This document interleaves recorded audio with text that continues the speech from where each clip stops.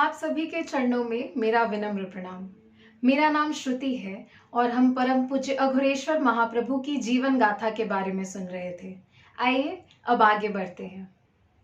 समय और परिस्थितियां अनुकूल नहीं थी। एक विधवा स्त्री और एक 4 साल के नन्हे बालक का जीवन कठिन हो चला था।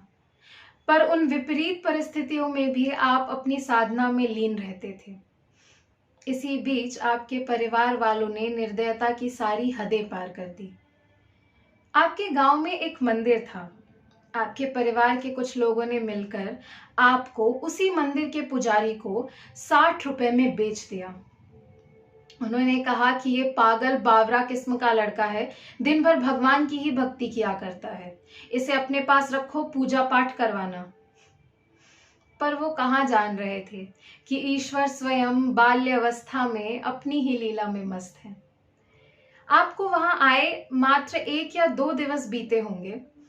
एक रात्रि ब्राह्मण पत्नी की दृष्टि आप पर पड़ी तो उन्होंने देखा कि आंखें मूंदकर आप साधना में लीन थे और आपके आसपास सर्पों का एक समूह कुछ इस प्रकार घेरा बनाए हुए था कि मानो कोई सुरक्षा कवच बनाया हो आपकी सुरक्षा करने के लिए, ताकि आपकी साधना में कोई विघ्न ना आने पावे। ब्राह्मण पत्नी जो देख रही थी उसे उस पर विश्वास नहीं हो रहा था। बौखलाती हुई वो ब्राह्मण के पास गई और उसे जगाया और उसने जो जो देखा वो सब ब्राह्मण को बताया। और फिर वो कहने लगी कि हमसे कितनी बड़ी भूल हो गई, ये तो स्वयं महादेव हैं।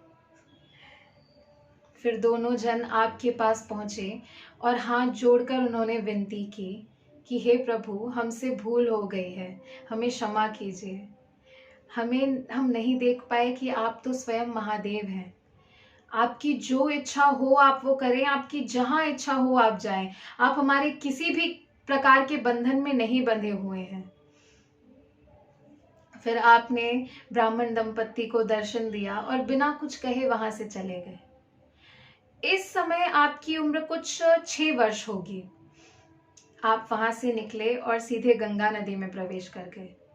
जिन्होंने ये दृश्य देखा उन्होंने माता जी को कुछ इस प्रकार जाकर सूचित किया कि आपके भगवान तो गंगा नदी में डूब गए। जब कुछ समय तक आपकी कोई खोज खबर नहीं मिली तो सबने यही मान लिया कि आपकी मृत्यु हो चुकी है।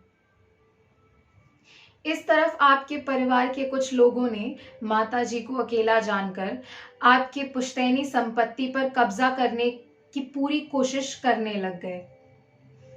आगे की कहानी सुनने के लिए हमारे चैनल लेमन स्पिरिचुअलिज्म के साथ जुड़े रहें और हमारे चैनल को लाइक, शेयर और सब्सक्राइब जरूर करें ताकि हम बाबा की कहानियां जन जन तक पहुंचा सकें।